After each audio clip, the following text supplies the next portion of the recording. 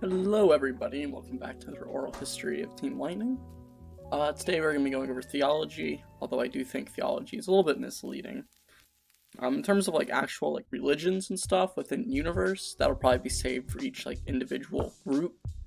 For right now we're going to be talking about the actual gods within the universe that do exist.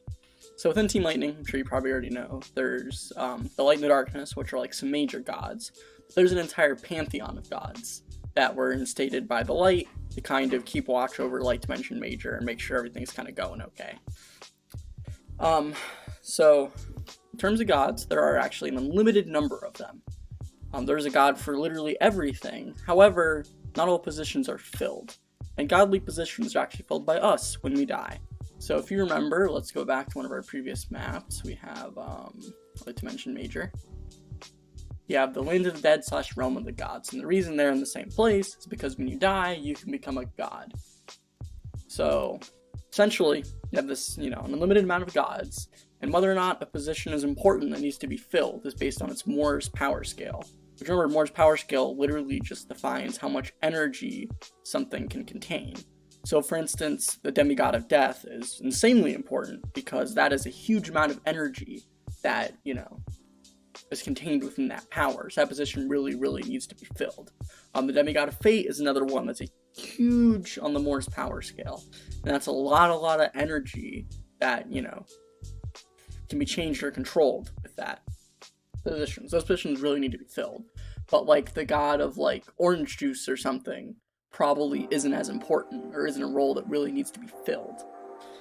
So essentially, the more important a demigod position is, the more likely it is to be fulfilled, and you can tell that by its Moore's power scale.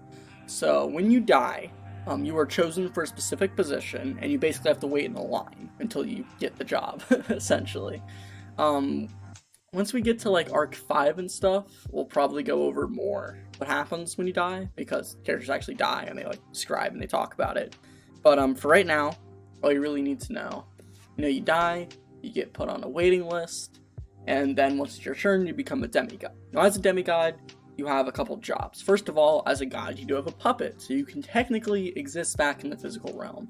However, from pretty much all of the demigods, it's a pretty big no-no for the most part, because they don't want you interacting with people, we used to know in your previous life or anything like that. So it's a pretty big no-no, and if you do that, you can get kicked out. So as a demigod, there's a bunch of rules you have to adhere by, and you can't really make any mistakes. And the second you make a mistake or a rule, you get kicked out of the position, and you just get the rest of Afterlife to chill.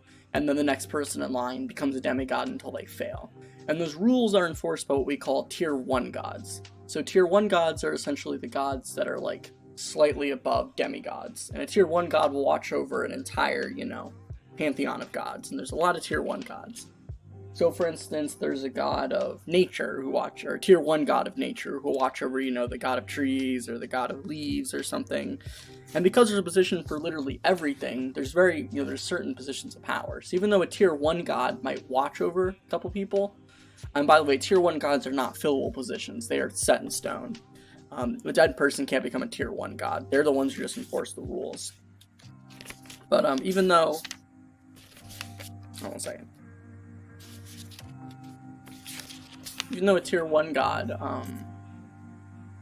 is the highest, let's say you're the god of leaves or something, then the god of plants would be, stronger than you or slightly above you, and technically both those positions could be filled at the same time.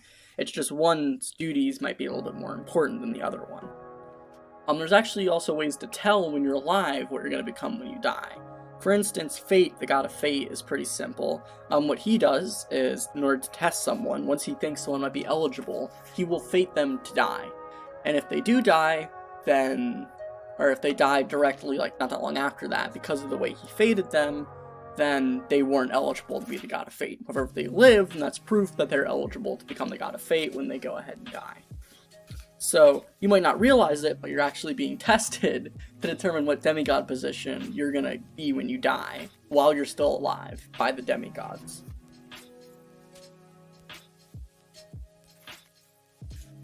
One more thing, let's go over puppets. I kind of touched on this a little bit, but essentially, a puppet is how a god exists in the physical realm. And if your puppet is destroyed, then you can no longer exist in the physical realm. And every puppet you have in the physical realm kind of divides your power. That makes sense.